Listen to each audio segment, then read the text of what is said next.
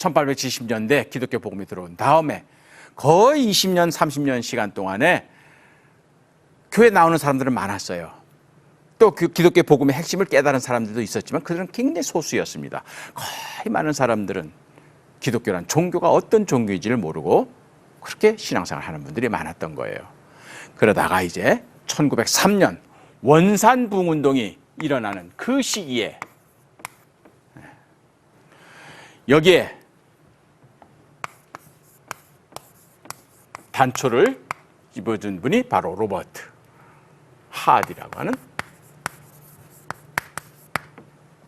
이분은 1865년 캐나다 온타리오에서 출생하시고요. 어려서 부모님이 다 돌아가세요. 그러나 부모님으로부터 아주 좋은 교훈을 받았습니다. 그건 뭐냐면 너는 나중에 자라서 세상에 유익한 존재가 되라. 그런 유언의 말씀을 어려서부터 듣고 자랐답니다. 그래서 대학을 졸업한 다음에 고등학교 교사로 있다가 세상에 조금 더 유익한 존재가 되는 것이 무엇일까? 그래서 고민하는 것이 바로 의사가 되기로 존재. 그래서 의과대학을 갑니다.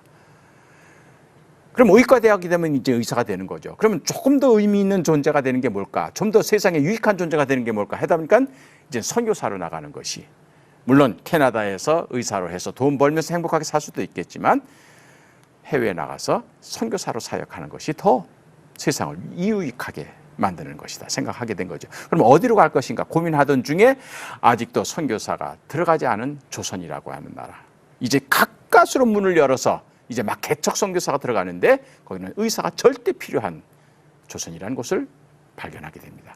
그래서 자기 부인과 같이 1890년에 조선을 찾아옵니다. 그러니까 일찍 부모님이 돌아가셨지만 진짜 그 부모님은 중요한 교훈을 하디에게 주고 세상을 떠난 것이죠. 세상에 유익한 존재가 되라. 그래서 1890년부터 이분은 토론토 의과대학 YMCA 학생들이 선교비를 보내주어서 그걸 가지고 서울과 부산과 원산 이런 지역을 다니면서 선교 사역을 합니다. 그때는 교파 배경 없었어요. 그래서 독자적으로 평신도 선교사로 사역을 했습니다. 그런데 그렇게 한 7년 동안 사역을 하다 보니까 토론토 대학생들이 모아서 보내주던 선교비가 고갈이 된 거예요. 그래서 더 이상 토론토 대학 의과대학 YMCA에서 선교비를 대줄 수가 없다고 하는 그런 연락을 받게 됩니다. 그럼 선교사 그만하고 이제 돌아가야 된다는 얘기예요. 그러나 그 사이에 한국을 사랑하게 된 거죠. 기회가 있으면은 선교비만 계속 보내주면은 한국에서 계속 사역을 하겠다는 의지를 가지고 있었을 때 그때 마침 미국 남감리 교회에서 한국 선교를 시작을 합니다. 그러니까 한국의 선교사를 하다 보니까 모든 분야의 선교사가 필요한 거죠. 특히 개성 지역을 남감리교회가 맡게 되는데 거기에 병원을 세워야 되는데 여기에 이제 하디라고 하는 분, 이분을 남감리교회 선교사로 이제 채용하게 됩니다. 그러니까 맞아 떨어진 거죠. 그래서 이분이 1897년부터 남감리교회로 이제 옮겨가지고 사역을 하게 되고 1900년에 이분은 이제 중국에 가서 중국 연회 감독님한테 목사 안수를 받고 옵니다. 그래서 1900년부터는 원산 지역에 선교 개척자로 들어가서 병원도 하면서 복음도 전하는, 그래서 의사이면서 동시에 목사로서 사역을 하게 되는 것이죠. 열정적으로 사역을 했습니다. 3년 동안 굉장히 열심히 했습니다. 더군다나 이번은 정규 신학교 출신이 아니기 때문에 목사 안수는 받았지만 그런 다른 신학교 출신 선교사 못지않게 열정적으로 성경 읽고 복음 전하면서 사역을 했는데 3년 만에 소위 말하는 번아웃 된 거예요. 결과가 안 나타나는 거예요. 이 목회자들이, 선교사들이 견디기가 어려운 때가 어느 때냐. 이만큼 노력했으면, 이만큼 열정적으로, 이만큼 사역을 했으면 이젠 결과가 나와야 되거든요. 의사로서 사역할 때는 분명했습니다. 진단해가지고 원인이 뭔가, 그러면 수술을 하든지 투약을 하든지, 그래서 진단을 내서 약을 주면 결과가 나오는 거예요. 근데 목회는 그게 아니거든요. 이만큼 열심히 이렇게 정성을 다해서 사역을 했으면 이제 변화되는 교회, 그리고 교회도 좀 성장이 되고 교인들도 좀 늘어나고 이런 것이 보여져야 이게 목회, 선교 사역을 하면서 보람을 느끼는데 그게 없었던 거예요. 그래서 이분이 1902년, 3년 이때 미국에 보내는 선교 보고서를 보면 완전 좌절을 합니다. 아, 의사는 내 체질에 맞는데 목사는 이게 내 체질이 아닌가 보다. 특히 그분이 맡은 지역은 원산을 중심으로 해서 강원도 북부 지역입니다. 이 산악 지역이에요. 그러다 보니까 강원도 북부 지역 그 산골 지역을 다니면서 그렇게 열심히 했는데도 부흥이 안 되는 거예요. 성장이 안 되는 거예요. 결과가 안 나타나요. 그래서 1903년 여름이 되면은 거의 이분이 선교 사역을 포기하려고까지 생각을 할 정도로,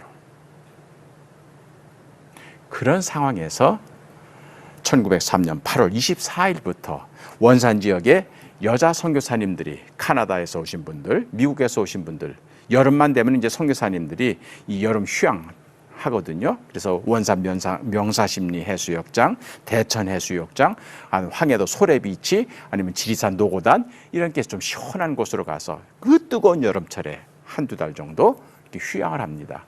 휴양 기간이에요.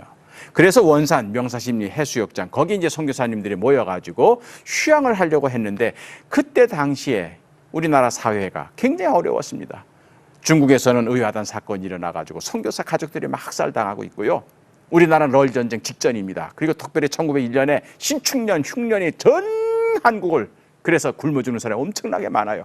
이제 선교사님들은 이제는 25년 되다 보니까는 초반에 그 열정적이었던 것이 점점 사라져 버리는 거예요. 그렇게 해서 선교 결과가 없고, 점점 경제적으로는 낙후가 되고, 정치 사회적으로는 불안하고, 이럴 때에 이제 캐나다 선교사님들, 그다음에 미국 여자 선교사님들 3명이 모여가지고 이럴 때 우리 기도하자. 그래서 기도 모임을 시작합니다, 이분들이. 그러면서 원산에서 사역하고 있는 10년 차 되는, 13년 차 되는 이 하디 선교사님을 우리 기도회 하는데 성경 공부 좀 인도해 주세요 하고 온 거예요. 그렇게 해서 1903년 8월 24일부터 일주일 동안 선교사님, 원산에 계셨던 분들 한 7분이 모여가지고 성경 공부하면서 기도회를 한 겁니다.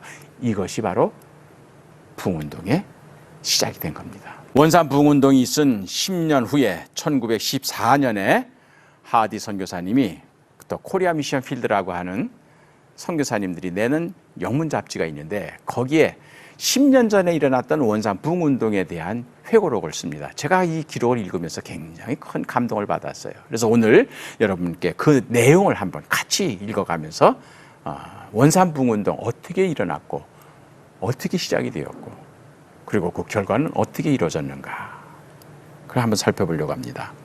내용은 이렇습니다. 한국교회 부흥은 기도와 하나님 말씀 공부에서 비롯되었다. 한국의 북동부 해안에서 사역하던 장로교와 감리교 소속 신실한 두 여성이 함께 사역하고 있던 선교사들에게 성령이 임하기를 기도해왔다. 1903년 여름 8월입니다. 하나님께서 이들의 기도에 응답하시어 얼마 되지 않는 선교사들이 7명입니다. 모여 일주일간 예정으로 성경 공부를 하게 되었다. 그리고 한 선교사가 기도회 중에 3번 말씀을 전해달라는 부탁을 받았다. 여기에 기도회에 설교 부탁받은 이 한 선교사가 A, 미셔너리 이렇게 표현되는데 그게 바로 하디 자신이에요.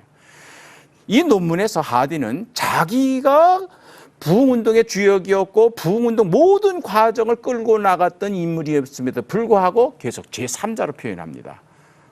저는 이 글을 읽으면서 하디 선교사가 가지고 있는 겸비, 겸손, 그걸 저는 읽었어요. 그래서 한 선교사가 부탁을 받았다, 이렇게 표현합니다. 하나님께서 그를, 하디 자신입니다, 그를 요한복음 14장 12절에서 14절, 15장 7절, 16장 23절, 24절 말씀으로 인도하셨는데, 이는 응답받은 기도의 3가지 핵심 요소를 지적하는 것으로 곧 그리스도를 믿음, 그리고 그리스도 안에 거함, 그리고 오순절 체험, 바로 그 내용이었다. 그러니까 하디 선교사님이 10년 후에 내가 이런 부탁을 받고 성경을 읽다가 성경이 이걸 선택했다, 이런 것이 아니라 하나님께서 그를 이런 말씀으로 인도하셨다. 자기를 피동태로 보는 거예요. 자기는 철저하게 이 성령운동에서 하나님께서 쓰신 도구였다는 것이죠. 내가 주어가 아니에요. 그러면서 주님께서 마지막 제자들과 최후의 만찬을 하시면서 선포하셨던 유언설교와 같은 요한복음 13장, 14장, 15장, 16장, 여기에서 본문 말씀을 인도하시는데, 기독교 신앙의 가장 핵심입니다. 그리스도를 믿는다는 것이 무엇이고, 그리스도 안에 거한다는 것이 무엇이고, 오순절 성령, 보혜사 성령이 어떤 분이신가? 이리로 인도하셨다는 거예요. 그런데 문제는 뭐냐? 그러나 그는 설교를 준비하면서 이 말씀을 전함에 솔직하지 못하다는 것을 깨달았다. 이렇게 표현해요. 그렇게 해서 세 가지 본문 말씀을 가지고 준비를 하는데 이 말씀을 가지고 준비하다 보니까 이 말씀 앞에 자기가 솔직하지 못하다는 걸 깨닫게 된 거예요. 저는 이것이 성령의 역사 시작이라고 보는 겁니다. 솔직하지 못했다. 이것만 뭐냐면 자신이 없었다는 거예요. 좀 더 구체적으로 이렇게 표현합니다. 왜냐하면 그는 우선 본문 말씀에서 언급하고 있는 믿음이 없었던 때문이고 그리스도 안에 거하는 삶을 살지 못하고 있음을 그 자신뿐 아니라 그의 설교를 듣는 이들도 알고 있었기 때문이며 수년간 성령 충만의 필요성을 말하기는 했지만 그 자신이 성령 충만을 받아야 한다고 고백하지는 않았던 때문이다. 하디에게 선택된 본문은 세 가지였습니다. 그리스도를 믿는 믿음. 가장 기본적인 거죠. 예수 믿는 사람들에게. 근데 그 믿음이 자기에게 없음을 깨달은 거예요. 그리스도 안에 거함. 근데 자기가 지금까지 그리스도 안에 거한다는 그런 체험이 별로 없었던 거예요. 보혜사 성령. 머리로만 들은 이야기로만 전했던 거예요. 이것이 자신감이 없었던 거예요. 내게 진정한 믿음이 있는가? 내가 이 순간 진짜 그리스도 안에 거하는가? 과연 보혜사 성령이 지금 나 안에 계시는가? 이 부분에 대해서 자신이 없었던 거예요. 이걸 깨달은 겁니다. 그 다음에 그는 이렇게 표현합니다. 그런데 죄책감이 깊어지면서 이 말씀 앞에 자기가 자신이 없는 거예요. 부끄러운 거예요. 이것이 깊어지면서 동시에 평안이 솟구쳤는데 그것은 모든 죄에서 씻김을 받았다는 믿음에서만 얻을 수 있는 것이었다. 그러면서 그리스도 안에 거하며 말씀대로 살겠다는 결심과 내가 성령을 받았다고 하는 확신이 내게 임하였다. 내가 죄인이라는 사실을 깨닫게 될 때 내 죄를 용서해 주셨다고 하는 사실이 동시에 오는 거예요. 결국 말씀 앞에 자신이 없고 믿음과 성령과 그리스도 안에 거한다고 하는 이 사실에 대해서 자기가 외식하고 위선적이었다는 존재, 그걸 깨닫는 순간 괴로우면서도 마음의 평안이 오는 거예요. 그러면서 그 깨달음을 주신 성령님이 지금 나와 함께 계시다는 사실이 깨달아진 거예요. 이것이 하디 선교사가 성령을 경험하게 된 계기입니다. 그 순간 내가 구원받았다는 사실이 믿어졌어요. 그리고 그 체험이 이제는 내가 성령께서 나와 함께 계시다는 사실이 이제는 확신이 온 거예요. 그래서 그때 같이 기도에 참석했던 사람들에게 7명의 선교사들과 같이 기도할 때 방금 자기에게 일어났던 현상을 얘기하기 시작한 거예요. 그랬더니 동시에 거기 함께 있었던 사람들도 똑같은 고백을 하는 거예요. 이것이 바로 마가의 다락방에서 12명의 사도들이 기도할 때 같은 성령을 받았을 때 나타난 현상이었습니다. 하디 개인만의 경험이 아니었어요. 다른 선교사들도 동시에 성령을 체험하게 된 것이죠.